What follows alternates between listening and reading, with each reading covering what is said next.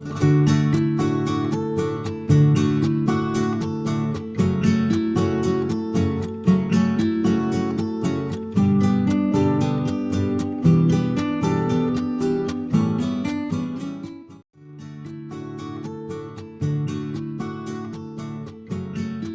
día vamos a ver este tema que es bastante contingente lo que estamos pasando, teletrabajo y autoexplotación, ya desde el estado actual en el que estamos, que no estamos muy bien, al estado deseado, que tiene relación de cómo poder llegar a ese estado. Y inicialmente también dar las gracias por la invitación y porque afortunadamente coincidieron los tiempos libres. Me siento un poco avergonzada también porque este año no he podido participar de las demás charlas, ya, pero las llevo en mi corazón. Así que siempre. Vamos a empezar un poquito. Lo que vamos a ver hoy día, ya, vamos a hablar un poco sobre la sociedad disciplinaria, la sociedad del rendimiento. Vamos a hablar de nosotros, los sujetos, como sujeto autoexplotado, qué es lo que sucede con la languidez pandémica y cómo transitar hacia el estado deseado. Para comenzar, aquí me encuentro. Para comenzar, la sociedad pensaba en un inicio ya que el enemigo era externo. Siempre se habló como de un nosotros y ellos. Entonces, al enemigo se le visualizaba como externo, veía que lo extraño se presentaba como una amenaza. Y sin lugar a dudas que eso inclusive se sigue presentando el día de hoy. Cuando hay algo que nosotros no entendemos, ya nos cerramos un poco, no queremos entender y lo vemos como amenazante, que va de cierta manera a entorpecer el día a día que nosotros podemos llevar. Cuando hablamos de sociedad disciplinaria, nos situamos puntualmente en lo que plantea Michel Foucault, ya en su obra Vigilar y Castigar del año 1975, él menciona sobre esta sociedad, ¿ya? Y dice que la cultura hace una división entre lo que está dentro y lo que está fuera, lo que es propio y lo que es extraño, y el poder establece modalidades de control. Entonces, una sociedad disciplinaria que controla, ya porque regulan y condicionan los cuerpos, generando personas dóciles, personas que puedan ser controlables. En esta sociedad, Foucault hace comparaciones ya con otras instituciones que funcionan bajo el régimen de encierro.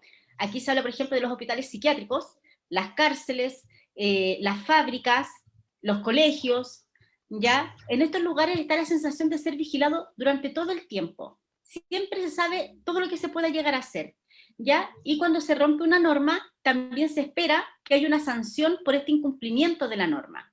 Se pone entonces la disciplina fuera de mí.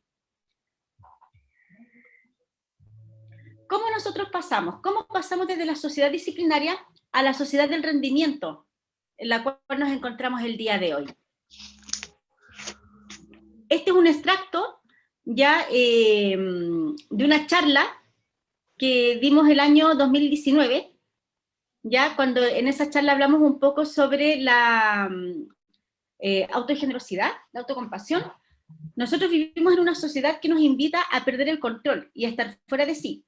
El filósofo surcoreano Byung-Chul Han refiere en su libro La sociedad del cansancio, del 2012, que cada época tiene su propia enfermedad y que en un inicio ya la enfermedad era bacterial, sin embargo tuvo su fin con el descubrimiento de la penicilina. Pero también él habla de la enfermedad de nuestra sociedad, ¿ya? Y él dice que en la actualidad la enfermedad tiene relación con un colapso del yo, ¿ya? Un colapso de tipo psíquico. ¿Por qué? Porque se asumen prácticas que no son sanas, como tratar de ser súper.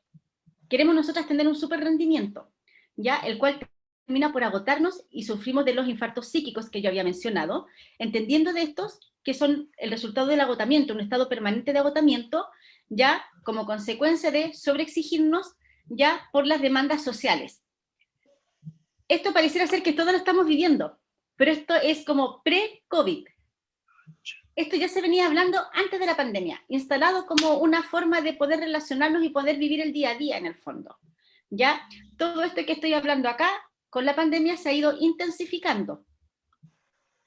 Entonces, en la sociedad del rendimiento, el enemigo ya no es visto como lo extraño, o lo otro, o lo que ya no está fuera de nosotros, ya el enemigo somos nosotros mismos, porque nosotros pasamos de una sociedad de la negatividad, desde el no poder hacer cosas, por esta prohibición externa que había, a un poder sin límites.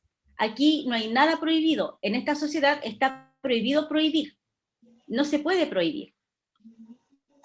Todo lo podemos, yes I can. En la sociedad del rendimiento se presenta una nueva violencia que no viene de lo extraño, ¿ya? La violencia, en el fondo, tiene relación con las infinitas actividades que esta sociedad nos ofrece, empujándonos a decir que sí y dando inicio a la violencia de la positividad. Aquí el autor Byung-Chul Han hace referencia un poco entre esto que decía un poco Foucault sobre las instituciones como castigadoras, en el fondo, como ejercedoras de control, ¿ya? Y él lo lleva como a lo cotidiano del día a día, y habla que estas instituciones son, por ejemplo, el mall, los gimnasios, el teléfono. En esta sociedad del rendimiento, la persona es llevada a la depresión y al fracaso. Esto es movido por la maximización de la producción. Entonces, hay una presión por producir, nos sentimos colapsadas, y a nivel global, ya la sociedad actual es más productiva que la sociedad de la obediencia. Pareciera ser que antes, cuando el control venía desde el exterior, ya nosotros obedecíamos más, ya por ende producíamos más. Pero la verdad es que el día de hoy, nosotros, teniendo nosotros el control, entre comillas, somos mucho más obedientes a nosotros mismos en relación a la producción, ya, y somos mucho más productivos por esto. Entonces, el agotamiento o la presión por el rendimiento lleva a la persona a perder su soberanía y a no poder escoger qué es lo que quiere o desea. Ese sentimiento, como ese poder de decisión, se ha ido perdiendo, ¿ya? Y esto es producto del exceso de positividad y la sensación de tener que hacer todo, tener la agenda copada en diferentes actividades. ¿Por qué? Porque yo soy súper y porque siento que lo puedo hacer todo. Entonces, creemos en una falsa libertad. Pensamos que si estamos más activos y tenemos múltiples actividades, es porque tenemos la libertad de poder escoger, ¿ya? Pero la verdad es que no es así. Nos vemos obligadas a poder participar y a producir nuevas obligaciones. Tenemos que producir de una u otra manera. Aunque ya no exista una relación entre el amo y el esclavo, el día de hoy nosotras mismas nos explotamos. Ya el control no es externo, la disciplina no es externa, sino que somos nosotras mismas quienes ejercemos disciplina sobre nosotras. Por eso es que se pierde también un poco como la soberanía. El control se vuelve interno, somos víctimas también de nosotras mismas. Entonces, el sujeto se explota a sí mismo, ¿ya? Y al explotarse a sí mismo sin límites, esta explotación es sin control. Aquí uno puede ir, por ejemplo, a la inspección del trabajo, a poner una denuncia, una constancia. No, somos nosotros los que somos incapaces de poder regularnos. Y aquí vemos a esta pobre mujer llenando y llenando post-it, inclusive sobre ella misma. Entonces, el amo mismo se ha convertido en esclavo del trabajo. Nos deshumanizamos y convertimos en máquinas de rendimiento. Y es así como somos vistas y de alguna u otra manera también nosotras nos vemos así. Porque la sociedad produce cansancio y agotamiento excesivo, pero como nosotros somos máquinas de rendimiento, no deberíamos vernos impactadas, ¿ya? Está mal sentirse agotada. ¿Por qué está mal? Porque significa que no podemos. Y en una sociedad del rendimiento, no poder, en el fondo, deja a la persona como fuera de, la deja un poco como excluida. Entonces, lo terrible de todo esto, lo terrible de no poder, es exhibir la derrota, mostrar que nosotros nos rendimos y que no somos mejores. Ya la consecuencia es el reproche interno, la crisis de ansiedad y la depresión también. El coronavirus lo que ha hecho ha sido acelerar los males de nuestro tiempo. Todo lo que vimos atrás, como yo dije anteriormente, se ha intensificado con el coronavirus.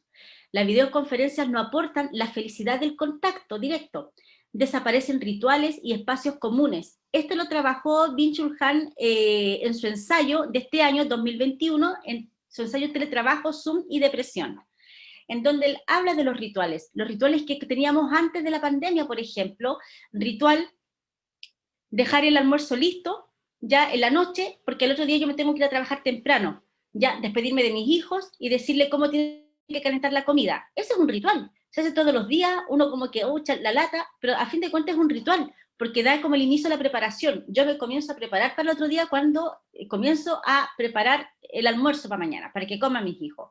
Cuando comienzo, por ejemplo, a ver los últimos correos o a guardar mi computador, ya en mi bolso, para partir a trabajar. Ritual es saber que tengo que llegar todos los días al paradero a la misma hora para que no se me pase la micro, ¿ya? Porque si se me pasa la micro, voy a llegar más tarde al metro y me va a costar mucho subirme. Ritual es cuando yo llego al trabajo, ¿ya? Y yo espero como un ratito llamar a mi hijo o mandarle un WhatsApp, o a mi pareja, ¿ya? O a mi mamá, contándole que llegue bien. A la hora de almuerzo, se almorzaron. Esos son rituales que se tenían antes y se han perdido. Ya se perdió el contacto directo también con las otras personas con las cuales trabajamos, ¿ya? Y los espacios comunes en el fondo, que tienen que ver con el poder distendernos fuera. Entonces, cuando hablamos de teletrabajo, Zoom y depresión, estas son las consecuencias también del coronavirus y cómo el perder estos espacios ha ido acelerando algunos males que nosotros ya traíamos desde antes. Se comienza a normalizar la crisis de nuestra sociedad. Esto se visualiza en la intensidad de los síntomas de las enfermedades que nuestra sociedad padecía, ya antes de la pandemia. El día de hoy hay muchas más consultas, por ejemplo, por estados depresivos, el trastorno de déficit de atención, por desregulación emocional, trastorno del límite de la personalidad, ya el síndrome de desgaste profesional o síndrome de burnout, ya eso ha ido aumentando el día de hoy. Y definen el panorama patológico de comienzos de este siglo. Yo había conocido antes como pocas personas con el síndrome del trabajador quemado o síndrome de desgaste profesional. Pero la verdad es que al día de hoy ese síndrome también se han hecho estudios y que también lo sufren los padres. Los padres que están en proceso de crianza tienen los mismos síntomas que el síndrome de desgaste profesional. Exactamente lo mismo. Nosotros en un inicio, en un momento, para el artículo de Revista Betania, yo me referí un poco sobre la cuarta ola, ¿ya? De la pandemia. La cuarta ola se refería al impacto en nuestra salud emocional, en nuestra salud mental. Y esa cuarta ola ya está, ya llegó, ¿ya?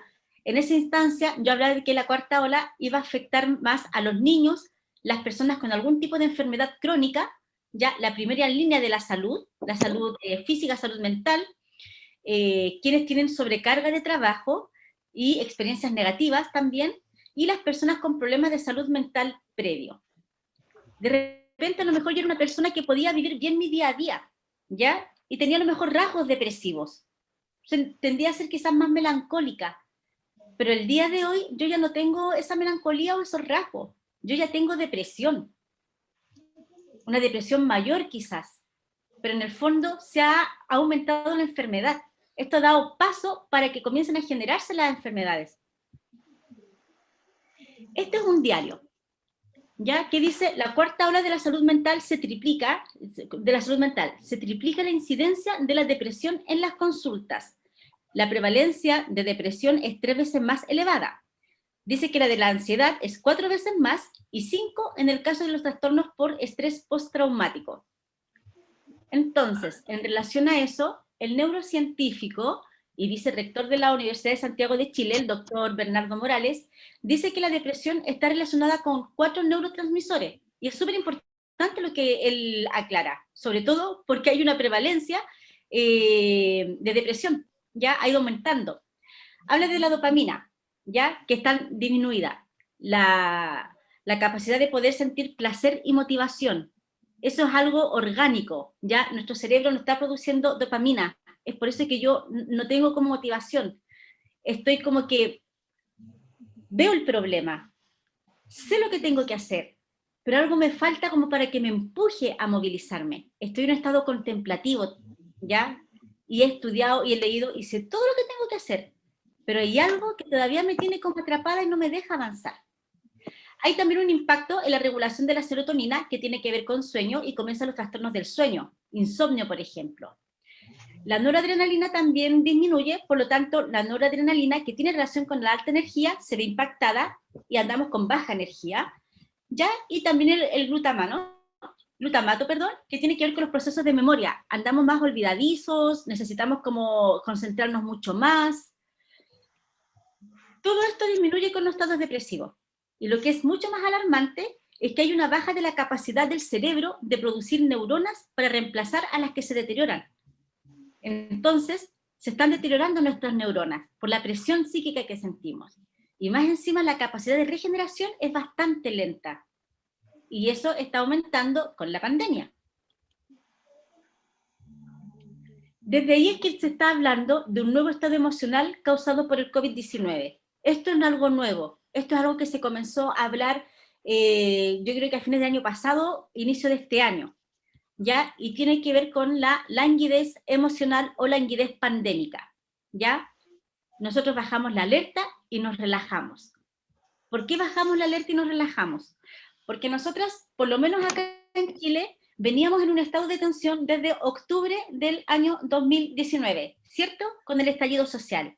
Veníamos en una situación crítica como país a nivel social, pero también a nivel económica, porque producto de esa crisis social también hubieron muchas personas que quedaron sin trabajo, había mucha inestabilidad, ¿ya? En ese sentido, también había inestabilidad a nivel emocional porque se disparó mucho la ansiedad y las crisis de pánico. ¿Qué es lo que pasó? Que pasamos de forma inmediata a la pandemia.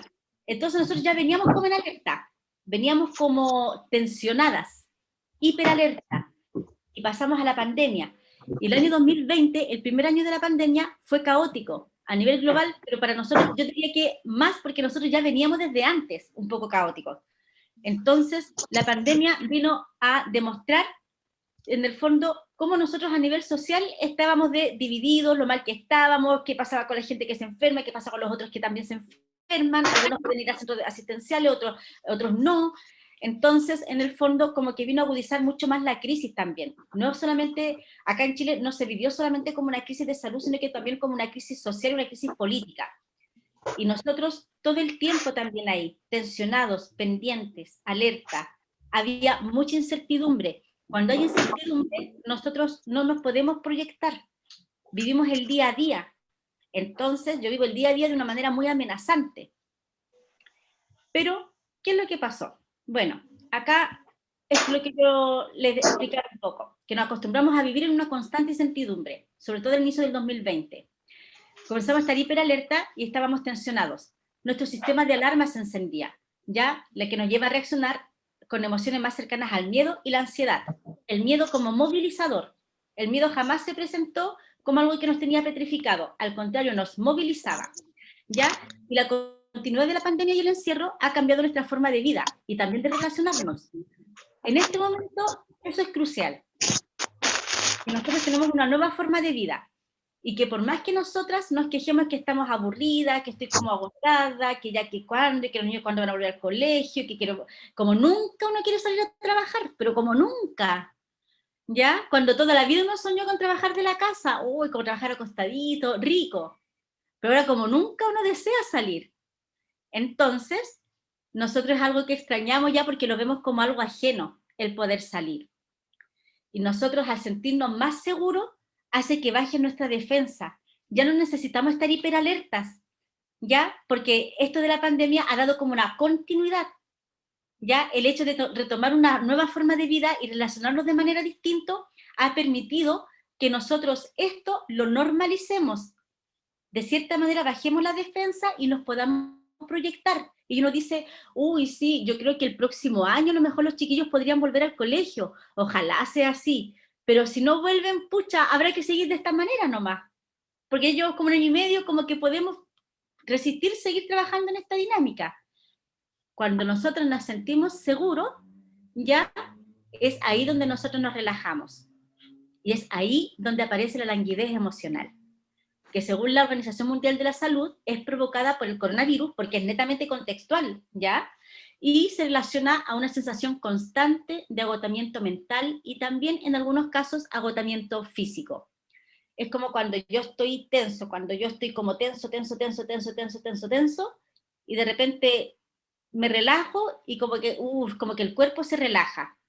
Cuando uno tiene, no sé, en época no COVID, mucho trabajo, cosas pendientes que entregar, y uno como que forzaba a la máquina que es este cuerpo a seguir trabajando, cumplía los plazos y después que hacía uno se relajaba, ¿ya? Pero acá uno no se relaja feliz, acá uno se relaja de forma lánguida, languidez emocional, languidez pandémica. Los síntomas son el cansancio, irritabilidad, insomnio, tensiones musculares, alteraciones en el apetito, dolores estomacales y cefaleas. Ya hay síntomas anímicos y también físicos de esto. Entonces, ¿cómo nosotros ya se identificamos del tipo de sociedad que venimos, de una sociedad del rendimiento, que lo que ha traído en consecuencia es la intensificación de los síntomas? Ya esta pandemia también lo que nos ha traído es una nueva forma de vivirla, un nuevo síntoma, que es la languidez emocional. ¿Cómo nosotros pasamos desde ahí al estado deseado, por ejemplo? Con mascarilla, yo me imagino a esta chica ahí como vitoreando que sí quiere ir al estado deseado, ya unas estrellitas por ahí como algo mágico, pero la verdad es que nosotros tenemos dos alternativas para llegar a este estado deseado, y esas alternativas dependen únicamente de nosotras, como que no depende de nadie más, porque yo puedo hablar, pero si uno no toma la decisión, no se consigue nada. Entonces, la primera alternativa es seguir este estilo de vida, ya es seguir tal cual nosotras estamos, consultar con especialistas, psiquiatras, psicólogos, que nos den algún tipo de tratamiento farmacológico para poder seguir funcionando en la sociedad del rendimiento. Esa es una alternativa. Y la otra alternativa ya es cortar, pero a conciencia, con esta dinámica, porque a fin de cuentas también es una dinámica, es como yo me relaciono.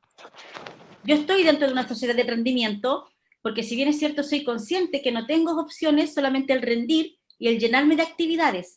Pero cuando yo ya soy consciente de eso, puedo cortar con esta dinámica, que es una dinámica abusiva, por cierto, con nosotras mismas, ¿ya? Entonces, nos podemos permitir el aburrimiento. Y aquí está con rojito, y sí, el aburrimiento. Porque nosotros no nos permitimos aburrirnos, no estamos aburriéndonos. Los niños nos están aburriendo, porque los niños cuando están aburridos, ¿qué hacen? Agarran el celular. O ven la tele. Los más sanitos ven tele, si no, están metidos todo el día en los juegos, ¿ya? O en el celular. Pero en el fondo, el aburrimiento no se está permitiendo.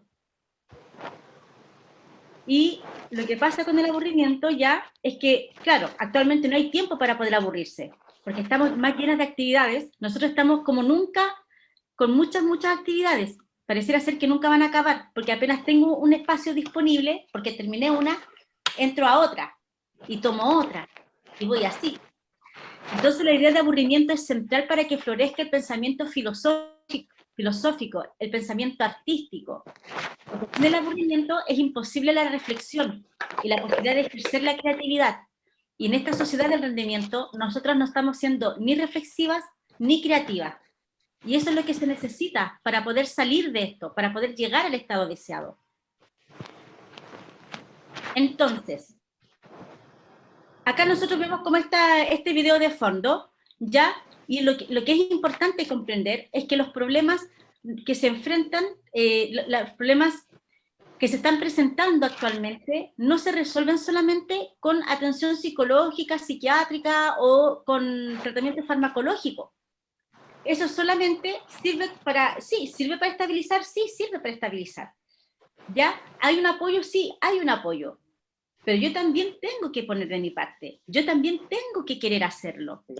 Porque de lo contrario pueden estar un año en terapia y con fármacos, pero siempre externalizando siempre la ayuda, pero yo no me estoy ayudando. Y también debe existir una intervención social, económica y cultural, ¿ya? Yo diría que incluso familiar, ¿ya? La intervención cultural se da. Hoy día más que nunca, por ejemplo, a través de las plataformas digitales hay acceso a los museos, a obras de teatro, a musicales, ya, apoyo económico, debería existir un apoyo económico, lo hay, sea más, sea menos, ahí yo no me voy a meter, pero claro, hay algo, ya quizás no es suficiente, ya, y la intervención social sí, porque la persona no puede pasar por esto sola, la persona necesita de un otro. Entonces, cuando la persona llega a consulta, le dan un tratamiento farmacológico que es para seguir rindiendo en el fondo, no, es que estoy descansando poco, no estoy durmiendo bien, ya, remedio, necesito dormir bien. No, es que la verdad es que no estoy, por ejemplo, me estoy desconcentrando mucho, ¿ya? Y me dan remedio para que yo me concentre más.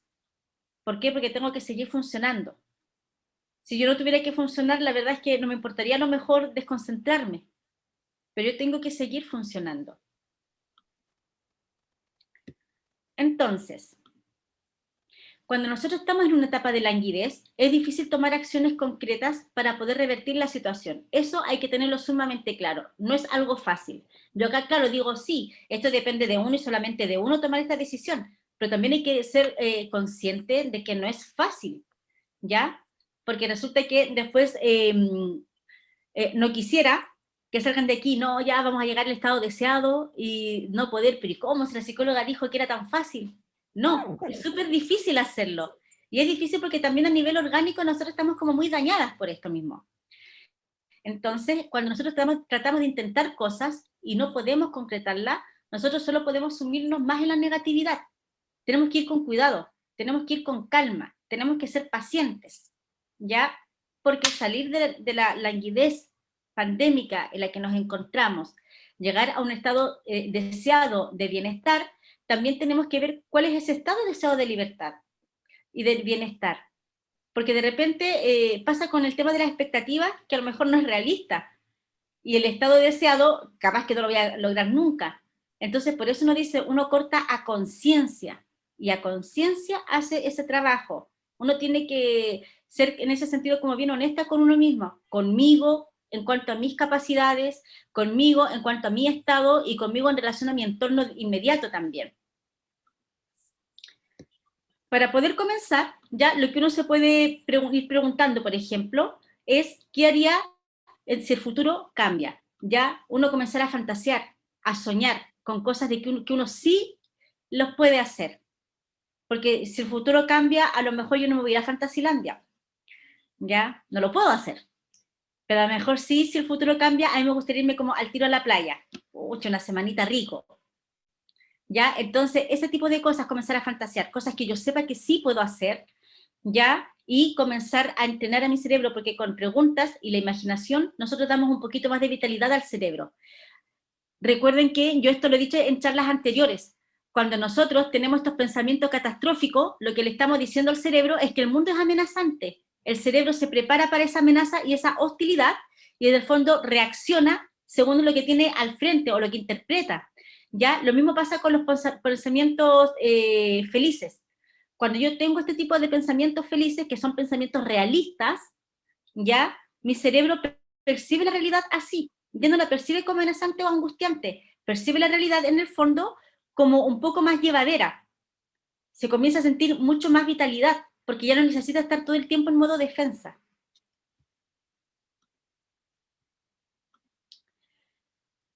A continuación vamos a ver algunos tips que nos van a poder ayudar a neutralizar, ¿ya? La activación fisiológica del organismo que produce estrés, ¿ya? Y además nos van a proporcionar un mayor control de los pensamientos y de las emociones, porque de repente nosotros también estamos muy pegadas con los pensamientos catastróficos.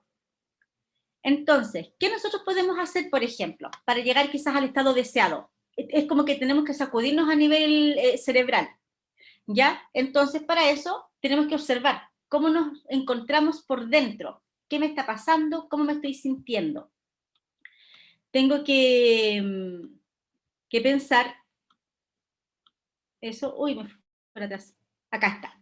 Tengo que disfrutar del ocio, esa es como la tarea más difícil, darnos tiempo para el ocio. Hoy día el ocio, el aburrimiento son los bienes más preciados, de ello diría el agua, pero ocio, tiempo, agua, en el fondo, son los bienes más preciados que nosotros podemos tener como sociedad, porque no le estamos dando la importancia que realmente se merecen. Aprender técnicas de autocontrol y de respiración. para poder regularnos, porque cuando nosotros observamos cómo estamos por dentro, también vamos identificando cómo me voy sintiendo yo. Me empiezo a dar cuenta que antes de ponerme como nerviosa o de angustiarme o de ponerme ansiosa, por ejemplo, me comienza a hormiguear las manos, por ejemplo, me empiezan como a comer las manos, a dar cosquillas o me empiezan como a sudar. En el día, los días, a lo mejor yo no me doy cuenta, pero cuando yo tengo ese encuentro por dentro, yo me comienzo a reconocer. Entonces, cuando yo me reconozco y sé que algo le pasa a mis manos, ya cuando me estoy poniendo como muy nerviosa, yo puedo tomar una medida en relación a eso. Entonces me puedo adelantar a la crisis con algún tipo de técnica de autocontrol o de respiración. Practicar de manera regular actividades, por ejemplo, relajación muscular, algún tipo de meditación, yoga, en lo posible, donde podamos tener conexión con nuestra mente, pero también con nuestro cuerpo. Escuchar música en un entorno tranquilo, fomentar las relaciones personales. Y pese a que esto el día de hoy nos veamos un poco privadas, ya es importante que esas relaciones, por último, se mantengan a través de las redes sociales, pero no que sean, no sé, que sean, por ejemplo, de trabajo. Ya, no, que sean otro tipo de conversaciones las que se puedan sostener. Hacer deporte de manera regular y en la medida que podamos. Aquí hay que ser súper realista, porque a lo mejor de aquí yo voy a salir súper embalada, como, me la voy a creer, voy a llegar a ese deporte y me planifico todos los días de deporte a las 7 de la mañana. No, eso no va a suceder, por lo menos en mi caso, ¿ya? Eso no va a pasar. No restarnos horas de sueño, eso es súper importante, sobre todo cuando estamos de repente con tantas preocupaciones, nos cuesta dormir, ¿ya? Y el otro día, ¿qué pasa? Que nos levantamos y nos levantamos cansados. Entonces uno empieza el día cansado antes que se despierta, como que uno ya está cansado, no está descansando nada en el fondo. Cuidar la dieta. Ya últimamente el saludo es, uy, ¿cuántos kilos sin vernos?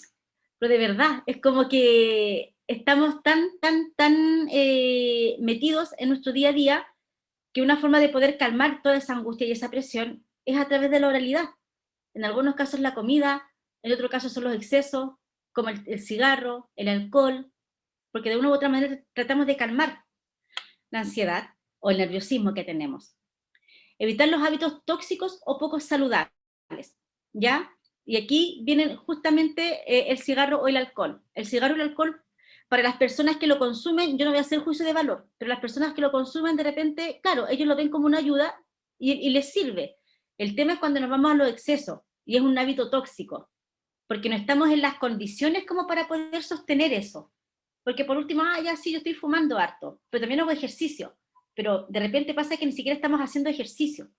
Entonces se suma el hábito poco saludable, que estamos comiendo mal, estamos sedentarios, estamos trabajando demasiado, no estamos durmiendo bien, somos una máquina del tiempo. En cualquier momento podemos explotar.